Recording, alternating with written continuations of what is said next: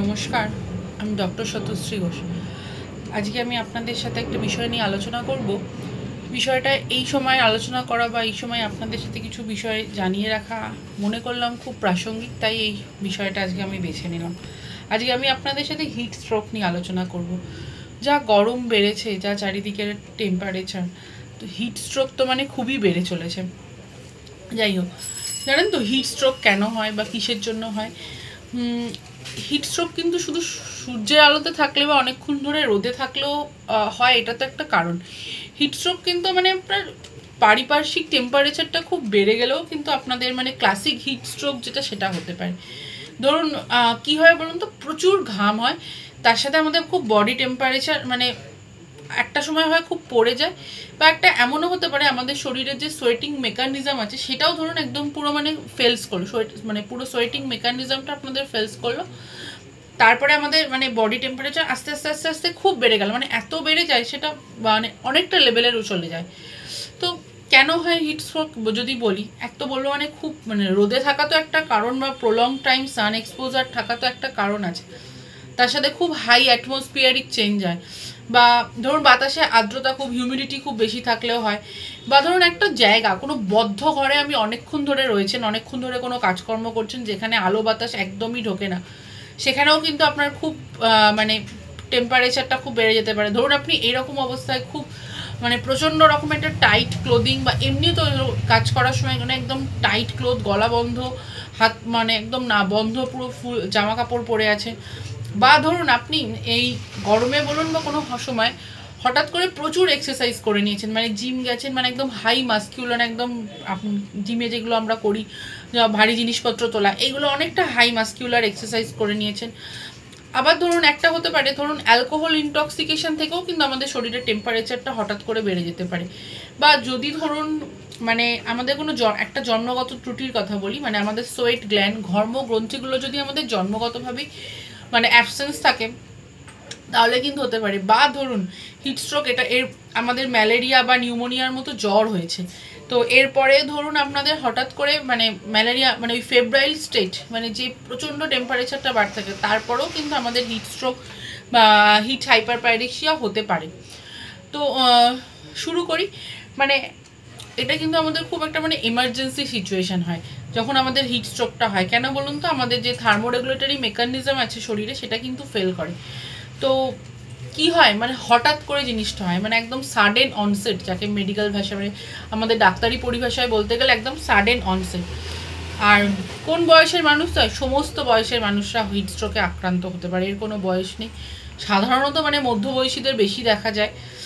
কি হয় ধরুন যদি হিট স্ট্রোক হয়, তারপরে আমাদের মানে স্কিনটা খুব ড্রাই হয়ে যায়, মানে তার সাথে হয় আমাদের সোয়েটিংটা অ্যাবসেন্ট থাকে, বা মেন্টাল কনফিউশন, মানে আমরা দিক বিদিক জ্ঞানশূন্য হয়ে পাই, বা মানে হারিয়ে ফেলি। তার সাথে তীব্র মাথার যন্ত্রণা, মানে মাথা যন্ত্রণাটা তীব্র হয়, মানে একটা ট্রেমার আসে শরীরে, হাত পা কাঁপা, কোনো কোনো সময় কনভালশন বা কমাটোস হয়ে যায়, মানে এর থেকে কিন্তু মানুষের মৃত্যু পর্যন্ত হতে পারে। এই সিমটমসগুলো কিন্তু আমাদের শেষ অবধি মানুষকে মৃত্যুর দিকে ঠেলে নিয়ে যায়। এই হিট স্ট্রোক জিনিসটা মানে এতটাই খারাপ, এই সময় এই বিষয়টা নিয়ে আলোচনা করা আপনাদের সাথে খুবই দরকার মনে করলাম, তাই এই বিষয়টা নিয়ে আজকে শুরু করলাম। জানেন আমাদের হিট স্ট্রোকে বডি টেম্পারেচার বাড়তে বাড়তে মানে সাধারণত তো মানে 106 ডিগ্রি ফারেনহাইট বা তার থেকেও বেশি অবধি হয়ে যেতে পারে, যেটা আমরা যদি সেলসিয়াসে ধরি 41 ডিগ্রি সেলসিয়াস পর্যন্ত আমাদের বডি টেম্পারেচার 106 ডিগ্রি ফারেনহাইট পর্যন্ত বা তারও বেশি পর্যন্ত উঠতে পারে। বা কি হয় আমাদের মানে আস্তে আস্তে মানে এত বডি টেম্পারেচার বা এই সমস্ত করার জন্য আমাদের মানে হেপাটিক ফেলিওর, রেনাল ফেলিওর, একদম সার্কুলেটারি ফেলিওর করে শেষ পর্যন্ত মানুষের মৃত্যু পর্যন্ত ঘটতে পারে। যদি মানে এই সময় যদি মানে আরও ধরি, ধরুন আমাদের রক্ত পরীক্ষা বা এতে ধরলে আমাদের কি দেখা যায়, মানে লিউকোসাইটোসিস হয়, আর তার সাথে আমাদের কি হয় ধরুন ব্লাড ইউরিয়া নাইট্রোজেন কাউন্ট বেড়ে যায়, ইউরিক অ্যাসিড বেড়ে যায়, প্লেটলেটের সংখ্যা অনুচক্রিকা আমাদের খুবই কমে আসে, বা ব্লিডিং টাইম, ক্লটিং টাইমগুলো ব্লাড টেস্ট করলে ধরা পড়ে। ইএসআরটা খুব মানে ইএসআর খুব হয়ে যায়, বেড়ে যায়। তার সাথে আমাদের ইসিজি করলে কি দেখা যায়, ইসিজিতে একটা টি সেগমেন্ট মানে এলিভেট, আর প্রচণ্ড মানে অনেক সময় আমাদের ব্লিডিংও হতে থাকে। আমাদের যদি ইউরিন পরীক্ষা করা হয় তাহলে দেখা যায় কি ইউরিনে আরবিসি পাওয়া যায়। যাই হোক, এটা তো বললাম সংক্ষেপে মানে কি কি মানে টেস্ট করলে কি ফিচার্স আসতে থাকে। এবার আসা যাক আসল কথায়, কি করব। ধরুন আমি দেখছি আমার হিট স্ট্রোক হয়েছে, একটা মানুষকে আমি রাস্তায় দেখতে পাচ্ছি যে হিট স্ট্রোকে আক্রান্ত হয়েছে, তো তাকে কি করব। সাথে সাথে কি করব, তার যে পোশাক আছে সেটাকে খুলে দেবো, রিমুভ দ্য ড্রেস। তারপরে প্রথমেই কিন্তু মানুষটার গায়ে খুব জল, প্রথমে ছিটে ছিটে করে স্প্রিঙ্কল, একদম ছিটে ছিটে করে ঠান্ডা জল দেওয়ার চেষ্টা করব তার শরীরে। আর আর কি করব, তারপরে একটু বেশি জল জল ছিটানোর চেষ্টা করব। সাথে প্রথমেই কিন্তু মানুষটাকে ধরে কোনো ঠান্ডা জলের গামলাতে বা ইয়েতে কোথাও চুবিয়ে দেবেন না। আর মাথা তো একদমই চুবাবেন না, যেটা আমরা করি, যে কোনো মানুষ হিট স্ট্রোকে আক্রান্ত হয়েছে আমরা দেখছি রাস্তায়, তাকে ঠান্ডা জলের একটা বড় ইয়েতে আমরা ঢুকিয়ে দিই, সেটা তো প্রথমে একদম করবেন না। প্রথমে আস্তে আস্তে তার উপরে একটু একটু করে জলের ছিটে দিই, তারপর বডি টেম্পারেচারটাকে আস্তে আস্তে নর্মালে নিয়ে আসুন। যেটা করতে পারেন, আমরা তো আইস প্যাক বরফের প্যাক কি করবেন, আমাদের বগলে একটু ঘাড়ের দিকে একটু আস্তে আস্তে ইয়েতে করে দিয়ে কাপড়ের মধ্যে করে নিই, হালকা কম্প্রেস করতে পারেন, বা মোটা তোয়ালে ঠান্ডা জলের মধ্যে ভিজিয়ে বডির যে পোর্শনটাতে বেশি ধরুন গরম হয়ে আছে বা সেটাইভাবে দিতে পারেন, যেমন আমরা কম্প্রেস করি সেটা ঠান্ডা জলে ভিজিয়ে তোয়ালেটা আস্তে আস্তে এইভাবে কম্প্রেস করতে পারেন। আর প্রথমেই তো এগুলো করার আগে সবার ওই রোদ্দুর থেকে বা ওই বদ্ধ জায়গা বা ওই যেখানে মানুষটা আসে সেখান থেকে একটু ঠান্ডা জায়গায়, শীতল জায়গায় নিয়ে আসুন। সবার আগে এটা করুন, তার সাথে একটু ফ্যান দিন বা পরিবেশটা যাতে ঠান্ডা থাকে সেটা দিন। অনেক সময় কিন্তু অ্যাসপিরিন বা জাতীয় বা প্যারাসিটামল আমরা কি করি, কি বডি টেম্পারেচার খুব বেড়ে আছে, আমরা সাধারণত চট করে আমাদের কাছে কিন্তু অ্যাসপিরিন বা প্যারাসিটামল জাতীয় ট্যাবলেট একটা নিয়ে খাইয়ে দিন। এটা তৎক্ষণাৎ দেবেন না। এটা সবার আগে বলবো, ওই অ্যাসপিরিন বা প্যারাসিটামল জাতীয় ট্যাবলেট হিট স্ট্রোকে যদি এরকম রাস্তায় আপনারা দেখতে পান তৎক্ষণাৎ কিন্তু তাকে দেবেন না। আর যেই মানুষটা হয়েছে তাকে হঠাৎ করে অনেকটা ঠান্ডা জল এনে তাকে খেতে দেবেন না। এটা কিন্তু তার সেই মুহূর্তে এতটা ঠান্ডা জল খেতে পারবে না। তাকে সিপ সিপ করে একটু ওয়ারেস মেশানো জল বা একটু ইলেকট্রোলাইট ইমব্যালেন্স করার জন্য সিপ সিপ করে দিন। পরে সে একটু স্টেবল হলে বা একটু স্টেজে আসলে তাকে দিন। আর যদি দেখেন কি তার খুবই নানান যে সিমটমসগুলোর কথা আমি আগে আলোচনা করলাম সেগুলো যদি হচ্ছে, তাকে কিন্তু তৎক্ষণাৎ নিয়ে যান কোনো নিকটবর্তী হাসপাতালে, একটু সেটা নিয়ে যাওয়ার ব্যবস্থা করুন। কেন আমি আগেও বলেছি, হিট স্ট্রোক থেকে কিন্তু মানুষের মৃত্যু পর্যন্ত হতে পারে, তো জিনিসটাকে ফেলে রাখবেন না। তো এবার বলি যে কি করবেন, হোমিওপ্যাথি ওষুধে আসার আগে যেটা, এটা তো প্রথম একটা ম্যানেজমেন্ট আমি আপনাদের সাথে আলোচনা করলাম। আর যদি সংক্ষেপে বলি, যদি যারা গরমে রোদে বেরোচ্ছেন তারা যতটা সম্ভব, বা ধরুন আমাদের যে দাদারা আছে যারা রাস্তার ধারে দাঁড়িয়ে সারাদিন ধরে কাজ করেই যাচ্ছেন, মিস্ত্রিরা বা মিস্ত্রি দাদারা বলুন, যারা আমাদের বাজারে যারা সবজি নিয়ে বা মাছ নিয়ে, তাদের তো বা অনেককে দেখি রাস্তায় যারা কাজ করেন, তারা তো রোদের মধ্যে দিনের পর দিন কাজ করে যাচ্ছেন। তাদেরকে বলবো যে আপনারা কাজের সময়টা না ভোরবেলা করুন, সকালবেলার দিকে করুন, তাহলে দেখবেন কিন্তু এই যে প্রখর সূর্যের আলো থেকে আপনারা পাবেন না। আর প্রচুর পরিমাণে জল খান, রোদে এতক্ষণ ধরে থাকছেন। আর পারলে ওয়ারেস, হ্যাঁ ওয়ারেসের প্যাকেট যদি বাজার থেকে কিনতে না পারে, নুন চিনির জল খান। 1 গ্লাস জলে 4 চামচ চিনি আর 1 চামচ নুন, আমাদের ওয়ারেস ঘরে বানানো ওয়ারেসের ফর্মুলা, সেটা খান, দেখবেন অনেকটা সুবিধা হবে। আর যেটা ঘরের মধ্যে টক দই খান, এখন যে কাঁচা আম পাওয়া যাচ্ছে, কাঁচা আমের শরবত খান, এটা কিন্তু আমাদের বডিকে ডিহাইড্রেট করবে। ওয়ারেসের জলটা খান। আর যাদের সুগার আছে তারা কিন্তু খুব বেশি ওয়ারেসের জল খাবেন না হঠাৎ করে। আর যতটা সম্ভব হয় রোদে কম বেরোনোর চেষ্টা করুন, সুতি ঢিলাঢালা পোশাক পরুন। আর যখন বেরোবেন প্রচুর পরিমাণে জল আর ছাতা, টুপি, সানগ্লাস, যা যা আমাদের রোদের প্রোটেকশন আছে সমস্ত কিছু নিয়ে বেরোনোর ব্যবস্থা করুন। তাতে দেখবেন কিন্তু অনেকটা আমাদের সুবিধা হবে। বাড়ি ফিরেই তৎক্ষণাৎ জল খাবেন না, একটু বসে, একটু ঠান্ডা হয়ে বসে।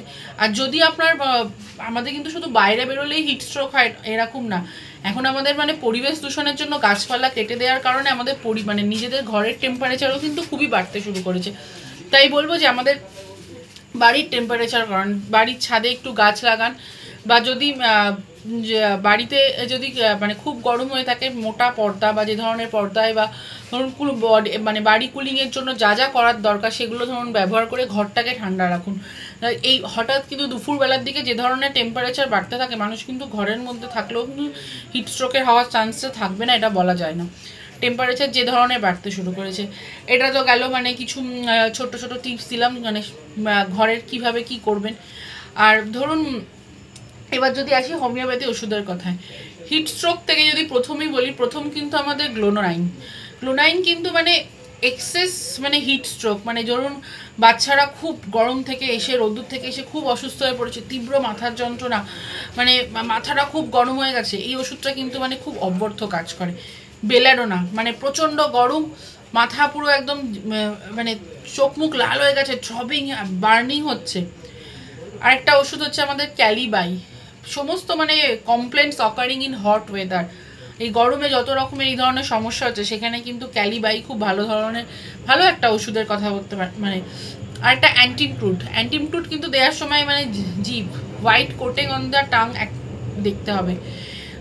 ন্যাট্রাম কার্ভ ধরুন যারা খুব রোদে টানা কাজ করে বা তার সাথে রোদে টানা অনেকক্ষণ ধরে কাজ করার পর খুব ভার্টাইগো হচ্ছে, সেখানে কিন্তু খুব ভালো কাজ করে। আরেকটা ওষুধ হচ্ছে আমাদের ভেরেট্রাম ভিরিডি, এফেক্ট অফ সানস্ট্রোকে খুব ভালো কাজ করে। ল্যাকেসিস মানে এটা তো বলার কিছু নেই, বা লাইসিনাম হিট অফ সান থেকে যদি খুব হয়, বা আমাদের ব্রাইনিয়া কার্বোভেজ, ব্রাইনিয়া তো মানে এরম ঠান্ডা গরম থেকে খুব ভালো কাজ করে। কার্বোভেজ যখন হিট স্ট্রোকে আক্রান্ত হওয়ার পর মানে ধরুন দ্য পেশেন্ট মানে কি বলবো অলমোস্ট লাইফলেস, মানে মাথাটা খুব মানে গরম আর সারা শরীর ঠান্ডা, কোল্ডনেস, মানে ব্রেথ ইজ কুল, পালস পাওয়া যাচ্ছে না, তখন কিন্তু কার্বোভেজ খুব ভালো কাজ করে। মানে ক্যাম্ফোর এরকম হিট স্ট্রোকে আক্রান্ত হয়েছে ব্যক্তি যাকে মানে সাডেন শ্রিঙ্কিং অফ স্ট্রেংথ, মানে একদম পুরো চুপচাপ হয়ে গেছে, পালস পাওয়া যাচ্ছে না, পালস খুব স্মল, মানে ফিবল হয়ে গেছে, মানে একদম পালস আপনি মানে ফিলই করতে পারছেন না, এত ফিবল পালস হয়ে গেছে, তখন কিন্তু ক্যাম্ফোর খুব ভালো কাজ করে। আর ধরুন কার্বোভেজের কথা তো আগেই বললাম। ওপিয়াম বা ভেরেট্রাম ভিরিডি মানে সানস্ট্রোকের ব্যাড এফেক্ট বা এফেক্ট অফ সানস্ট্রোকের পরে ভেরেট্রাম ভিরিডি মারাত্মক ধরনের কাজ করে। তার সাথে খুব মানে মাথাটা গরম থাকবে আর চোখগুলো ব্লাড শট থাকবে। তাছাড়া আমাদের জেলসিমিয়ামেও কিন্তু মানে রোদের থেকে এফেক্ট বা তার সাথে খুব স্লো পালস থাকবে।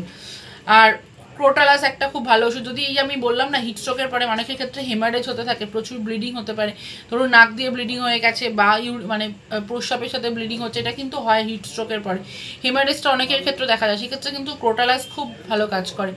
যদি ধরুন খুব সে মানে বললাম আগেও যে হিট স্ট্রোক অনেক সময় মেমোরি লস হয়ে যায় বা ভুল বকা, সেক্ষেত্রে অ্যানাকার্ডিয়াম আর অ্যান্টিমক্রুড, এইগুলো হোমিওপ্যাথি ওষুধ কিছু কিছু আমাদের আছে বা আরও ওষুধ আছে, আমি এখানে আপনাদের সাথে আলোচনা করলাম। আর যে কথাগুলো বললাম একটু মেনে চলবেন, এই ভিডিওটা সবার সাথে শেয়ার করুন যতটা সম্ভব পারেন, যাতে আমাদের এই প্রচণ্ড গরমে কিছু মানুষ অন্তত হিট স্ট্রোক থেকে যদি মুক্তি পেতে পারে, সেটাই আমাদের জন্য মানে খুবই ভালো হবে। আর প্রত্যেকেই গরমে ভালো থাকুন, সুস্থ থাকুন। কোনো বিষয় নিয়ে জানার থাকলে আমাকে এখানে কমেন্টসে জানাতে পারেন। নমস্কার।